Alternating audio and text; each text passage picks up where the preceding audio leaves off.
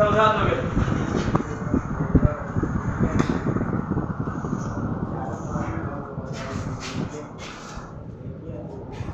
Cell structure में सब लोग बात करेंगे। सबसे पहला चीज क्या आता है सेल स्ट्रक्चर में? Cell wall. सेल वॉल केवल और केवल किससे पाया जाएगा? प्लांट सेल में। दो तरह का सेल होगा, एक प्लांट सेल होगा, एक एनिमल सेल होगा। तो जो सेल वॉल होगा वो क्या होगा? केवल और केवल प्लांट सेल में ही पाया जाएगा। दूसरा जो लेयर होता है सेल के अंदर, बात करेंगे स्ट्रक्चर के अंदर, तो सेल मेम्ब्रेन। क्या हो जाएगा? Cell membrane. ये प्लांट और एनिमल दोनों में पाया जाएगा, कॉमन होता है। आगे बात करें इसमें क्या होगा? साइटोप्लाज्म। साइटोप्लाज्म हर सेल में पाया जाता है। 4 नंबर क्या होगा आपका? न्यूक्लियस। न्यूक्लियस केवल और केवल यूकैरियोटिक सेल में पाया जाएगा। हम सेल के टाइप में पढ़ेंगे एक चीज और, यूनिसेलुलर, बाइसेलुलर, मल्टीसेलुलर पढ़ें। इसके अलावा होता है प्रोकैरियोटिक और यूकैरियोटिक सेल। जिस सेल के अंदर न्यूक्लियस एब्सेंट होता है उस सेल को क्या कहते हैं? प्रोकैरियोटिक कहते हैं। बस देख लो,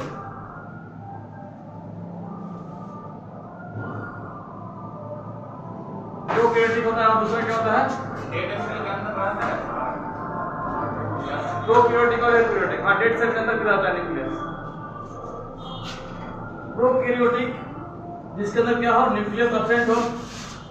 न्यूक्लियस एब्सेंट होने के साथ साथ जितने भी सेल के अंदर हम बात करें, सेल के अंदर कंपोनेंट जो होता है, यानी कि सेल के अंदर जो भी एक चीज पाया जाए, सेल के अंदर जो भी चीज पाई जाती है, सेल के कंपोनेंट को, माइटोकॉन्ड्रिया, क्लोरोप्लास्ट, ये सभी क्या होते हैं? जो भी होंगे वो क्या होंगे? नहीं के बराबर होंगे, नहीं होते। क्या होते हैं? नहीं होते। होते भी है, यानी सेल ऑर्गेनेल क्या होता है? नहीं होता है।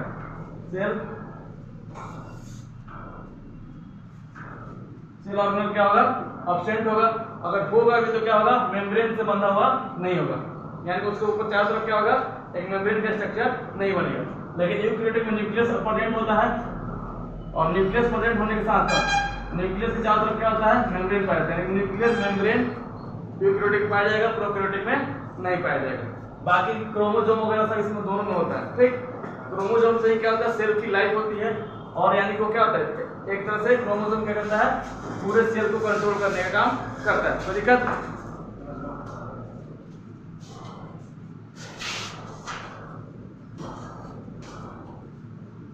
ये चार चीज क्या हो गए? मेजर चीज होते हैं जो क्या होते हैं? सेल के अंदर पाए जाते हैं। सबसे पहला बात करेंगे सेल वॉल। सेल वॉल क्या होता है? सेल वॉल कहा जाएगा? पाया जाएगा प्लांट के अंदर। प्लांट सेल के अलावा बैक्टीरिया के ऊपर भी क्या होता है? सेल वॉल पाया जाता है। इस सेल वॉल जो होता है क्या होता है? आउटर कवरिंग होता है, आउटर कवरिंग ऑफ सेल। यहां पे लिख लो प्लांट सेल। प्लांट सेल का क्या हो गया? आउटर कवरिंग हो गया।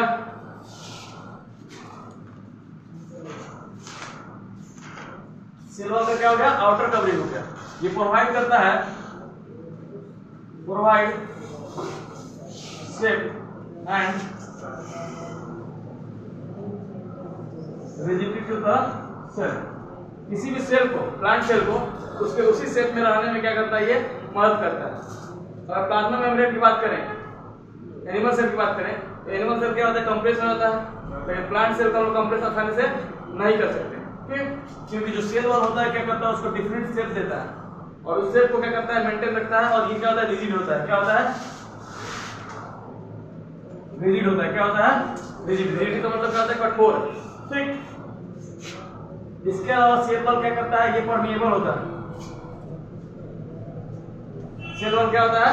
परमिएबल, यानी सेल वॉल के द्वारा कोई भी सब्सटेंस अंदर जा सकता है, कोई भी सब्सटेंस बाहर आ सकता है। कोई दिक्कत? इसके अलावा सेल वॉल क्या कह रहा था?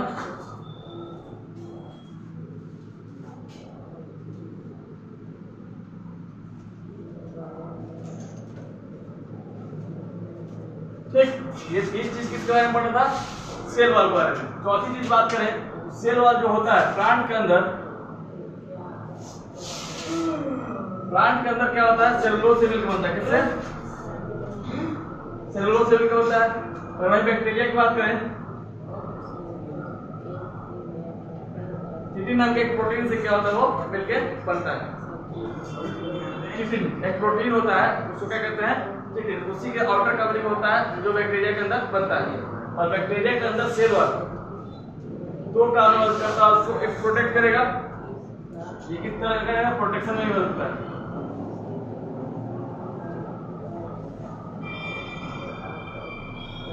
प्रोटेक्शन प्रोवाइड करेगा। इसके अलावा जब बैक्टीरिया को इनफेवरेबल कंडीशन मिलता है, यानी कि उसे ग्रो करने के लिए कंडीशन नहीं मिलता है, उस कंडीशन में क्या करता है, वो अपने आप क्या करता है, लिविंग रखने में मदद करता है। ठीक, ये हो गया सेल वॉल। लिखना है तो लिखो।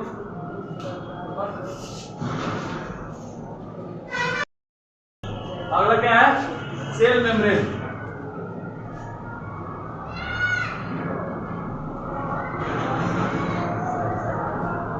सेल मेम्ब्रेन किसी भी सेल की जो आउटर कवरिंग होती है, किसी भी लिविंग सेल की या डेड सेल जो भी हो, सेल की जो आउटर कवरिंग होती है वो क्या कहलाता है, सेल मेम्ब्रेन कहलाता है। लेकिन प्लांट में क्या होता है, एक एडिशनल लेयर चढ़ जाता है सेल मेम्ब्रेन को, बहुत इसको क्या कहते हैं, सेल वॉल कहते हैं। तो सारे सेल में क्या होगा, सेल मेम्ब्रेन पाया जाएगा। सेल वॉल क्या हुआ, outer covering of the cell. Cell membrane जैसा पूरा है, आउटर कवरिंग ऑफ किसी भी सेल की आउटर कवरिंग जो होगी उसको क्या कहेंगे, सेल मेम्ब्रेन, या इसी को हम कहते हैं प्लाज्मा मेम्ब्रेन। सेल मेम्ब्रेन क्या कहते हैं, प्लाज्मा मेम्ब्रेन। कोई दिक्कत, ये किसी भी सेल के अंदर कोई भी सब्सटेंस को एंट्री और एग्जिट कंट्रोल करता है। क्या करता है, control the entry and exist of, exist मतलब बाहर निकालना, एग्जिस्ट मतलब क्या हो गया, बाहर निकालना। यानी कि जो सेल मेम्ब्रेन होता है, सेल के अंदर सेल मेम्ब्रेन होता है, और सेल क्या करता है, सेल मेम्ब्रेन क्या करता है, कंट्रोल करता है किसी भी सब्सटेंस, मान लो कोई भी सब्सटेंस है, एक केमिकल सब्सटेंस है, वाटर कुछ भी है, उस सब्सटेंस को सेल के अंदर एंट्री और सेल के अंदर से मान लो कोई चीज बाहर निकालना है, उन दोनों को क्या करता है, ये सेल मेम्ब्रेन कंट्रोल करता है। एनी सब्सटेंस किसी भी सब्सटेंस को क्या करेगा, एंट्री और एग्जिट के लिए कंट्रोल करेगा। सो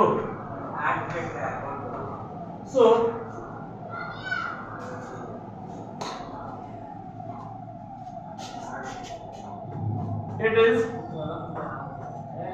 called the semi permeable। Semi permeable मतलब जो चीज सेल को जरूरत होगा उसी चीज को एंट्री देगा, और जो चीज सेल से बाहर निकालना कंपलसरी होगा उसी चीज को क्या होगा, बाहर निकालने देगा।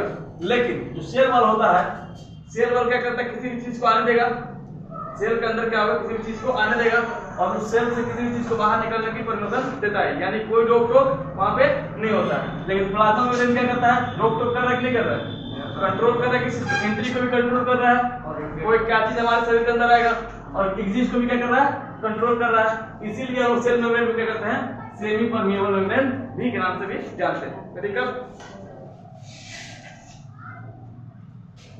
सेल मेम्ब्रेन के बाद बात करें, सेल मेम्ब्रेन क्या करेगा, क्लोज करेगा किस चीज को, साइटोप्लाज्म को क्लोज करेगा। तो सेल मेम्ब्रेन प्लस साइटोप्लाज्म दोनों को अगर एक साथ हम बताएं, सेल मेम्ब्रेन और साइटोप्लाज्म, तो दोनों को इकट्ठा लोग क्या कहते हैं, प्रोटोप्लाज्म कहते हैं। क्या कहते हैं, प्रोटोप्लाज्म। जब भी कहा जाए प्रोटोप्लाज्म का मतलब क्या होता है, सेल मेम्ब्रेन के साथ किसको इंक्लूड किए हम लोग, साइटोप्लाज्म को भी इंक्लूड किए हैं। कोई दिक्कत, चलो याद लिख लो, तो हम लोग साइटोप्लाज्म पढ़ते हैं।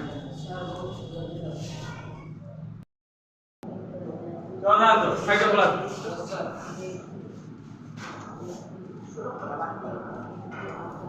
साइटोप्लाज्म और एक बेसिक सेल की स्ट्रक्चर बात करें तो ये सेल हुआ, ये सेल में क्या हुआ, cell membrane.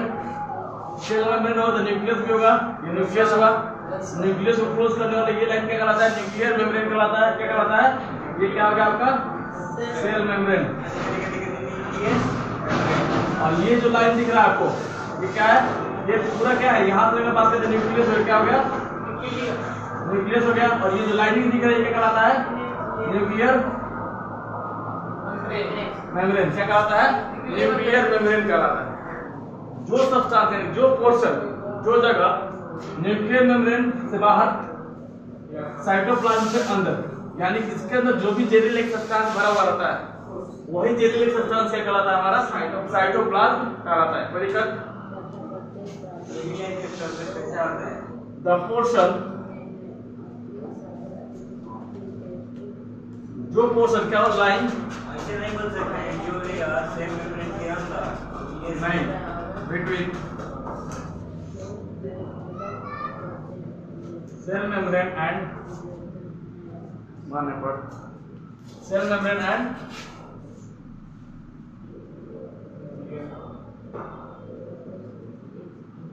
Membrane filled with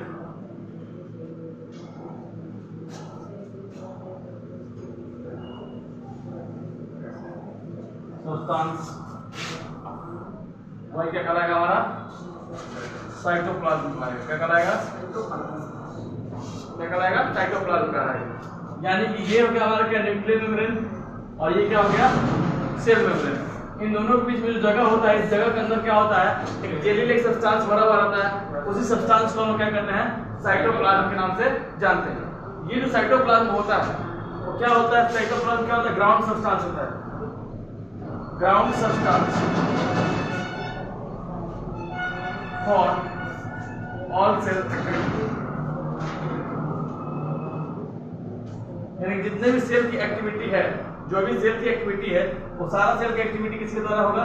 cytoplasm के अंदर ही होगा। कहाँ होगा? साइटोप्लाज्म के अंदर ही होगा। तो जहां पे हो रहा हो क्या हो गया? ग्राउंड सब्सटेंस हो गया हमारा, जमीन हो गया वो, और सारे सेल एक्टिविटी के लिए क्या प्रोवाइड करता है? यानी कि एक तरह से जमीन प्रोवाइड करता है। इसीलिए साइटोप्लाज्म हम लोग क्या कहते हैं? ग्राउंड सब्सटेंस कहते हैं। किसके लिए? ऑल द सेल एक्टिविटी, जितने भी सेल की एक्टिविटी है वो सारे सेल एक्टिविटी के लिए क्या होता है? ये साइटोप्लाज्म हमारा ग्राउंड सब्सटेंस का काम करता है।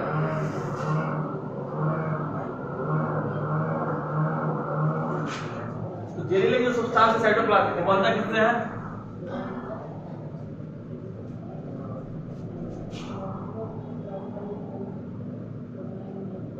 कार्बोहाइड्रेट, प्रोटीन, विटामिन,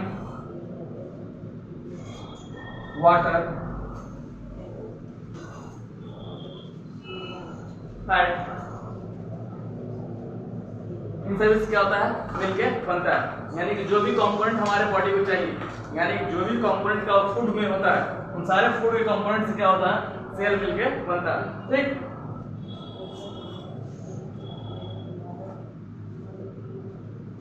ये जो सारे कंपोनेंट होते हैं एक साथ मिले हुए रहते हैं, और सारे मिले हुए किसमें? पानी में घुले हुए रहते हैं।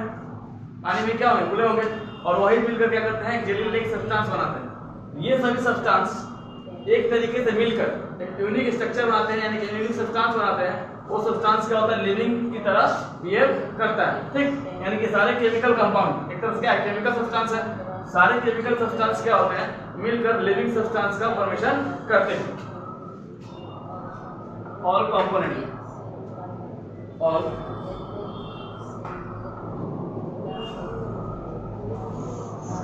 component of cytoplasm. Next,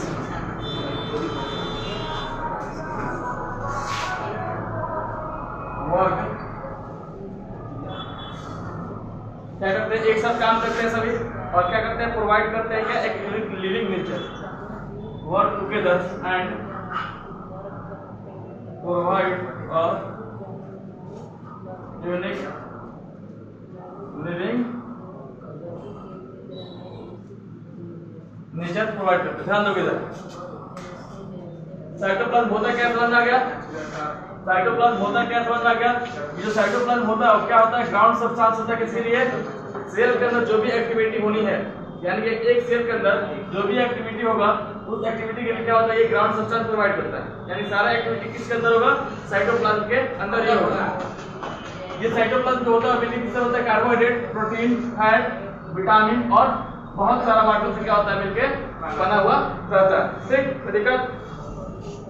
तो ये जो भी सब्सटेंस है, कंपोनेंट हुआ किसके लिए? साइटोप्लाज्म का कंपोनेंट हुआ।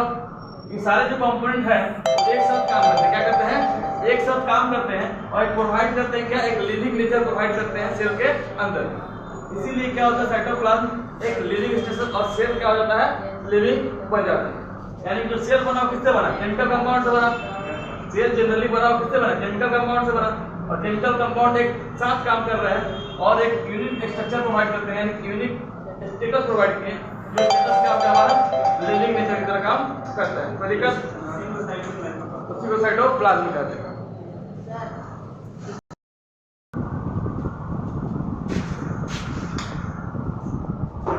हो गया तुम्हारा?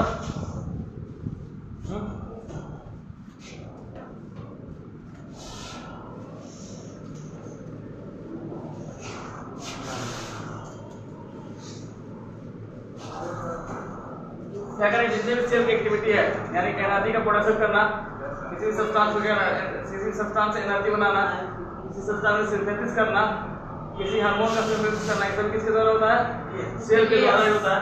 सारे को क्या करना? ये क्या करता है? कंट्रोल करता है। किसी सेल के अंदर जो वेस्ट प्रोडक्ट होना, उस वेस्ट प्रोडक्ट को बाहर निकालना, ठीक, सबको क्या करेगा? ये न्यूक्लियस ही कंट्रोल करता है।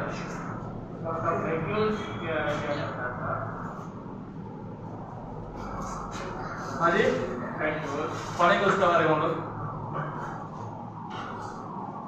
डेंस स्ट्रक्चर होता है जो कि क्या होता है? इनक्लोज बाय सर खाना में सब खाएगा ना, कोई तो देने के दवा वो नहीं आता है आपको। न्यूक्लियर मेम्ब्रेन के द्वारा क्या होता है? न्यूक्लियर मेम्ब्रेन के द्वारा क्या होता है? बाउंडेड होता है। ये जो मेम्ब्रेन दिख रहा है, ये जो मेम्ब्रेन दिख रहा है क्या हो गया? न्यूक्लियर मेम्ब्रेन होता है। ये जो मेम्ब्रेन होता है क्या होता है? Nuclear membrane. और उसी के द्वारा क्या होता है? न्यूक्लियस क्या होता है? बाउंडेड होता है। और ये बहुत क्या होता है? डेंस का मतलब क्या होता है? एक छोटी सी जगह में क्या होता है? बहुत ज्यादा चीज इकट्ठा रहना, तो उसको क्या कहते हैं? डेंस कहते हैं। ठीक, तो जो न्यूक्लियस से क्या हुआ? बाइंड किया, इसके अंदर भी क्या होगा? कुछ लिक्विड होगा। लिक्विड जो न्यूक्लियस के अंदर लिक्विड होता है, यानी जो साइटोप्लाज्म न्यूक्लियस के अंदर पाया जाता है, उस साइटोप्लाज्म को हम क्या कहते हैं? न्यूक्लियोप्लाज्म के नाम से जानते हैं। Cytoplasm of nucleus.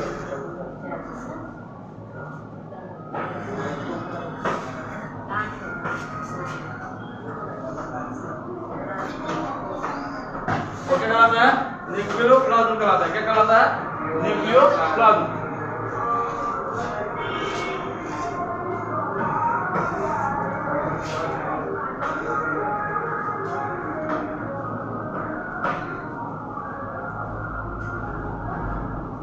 इसके अंदर देखेंगे तो क्या होगा? एक हेयर लाइक, एक धागा की तरह क्या होता है? स्ट्रक्चर पाया जाता है।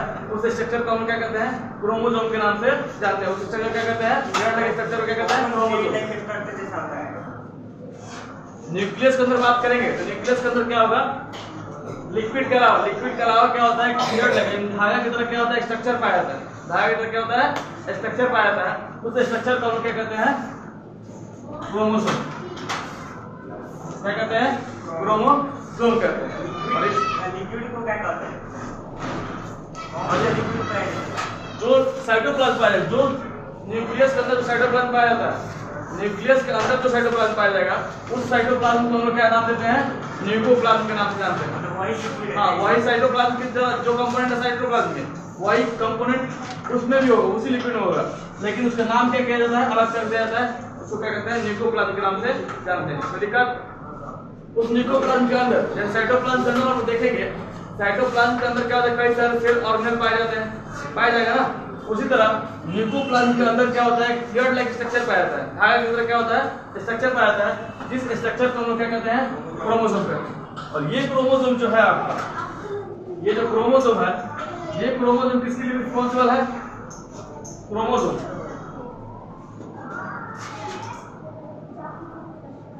क्रोमोसोम जो है ये रिस्पॉन्सिबल होता है, रिस्पॉन्सिबल फॉर, ये क्रोमोसोम किसके लिए रिस्पॉन्सिबल होता है? Responsible for the character inherited by the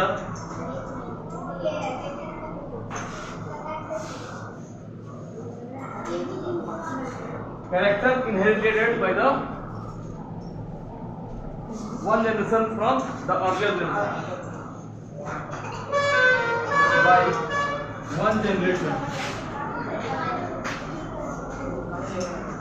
to the next generation.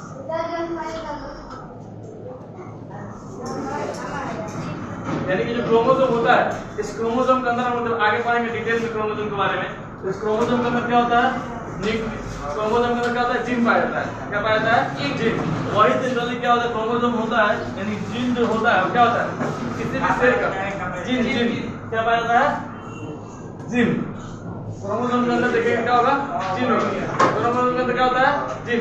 और इस जीन का फंक्शन क्या है, जो भी कैरेक्टर है उस सेल के द्वारा या उस लिविंग ऑर्गेनिज्म के द्वारा, कोई भी लिविंग ऑर्गेनिज्म है तो लिविंग ऑर्गेनिज्म का जो कैरेक्टर किसके ऊपर डिपेंड करता है, सेल के ऊपर डिपेंड करेगा। जो कैरेक्टर है लिविंग ऑर्गेनिज्म का, उस लिविंग ऑर्गेनिज्म के कैरेक्टर अपने जनरेशन से, एक जनरेशन से नेक्स्ट जनरेशन तक पहुंचाने का काम कौन करता है, क्रोमोसोम करता है। क्या करना है, यानी कि उस लिविंग ऑर्गेनिज्म का कैरेक्टर क्या करता है, ट्रांसफर करता है नेक्स्ट जनरेशन में। जैसे डॉग जो है, डॉग जब बेबी देता है तो क्या होता है, डॉग की देगा, तो डॉग की जो कैरेक्टरिस्टिक्स है यानी कैरेक्टर है वो उसके बेबी तक ट्रांसफर हो नहीं हुआ। ट्रांसफर करने का काम कौन करता है, ये क्रोमोसोम ही करता है। जो सेल के अंदर क्या न्यूक्लियस होता है और न्यूक्लियस के अंदर क्या पाया जाएगा, क्रोमोसोम। ये क्रोमोसोम ही क्या करता है, उस कैरेक्टर को ट्रांसफर करने का काम करता है। कोई दिक्कत?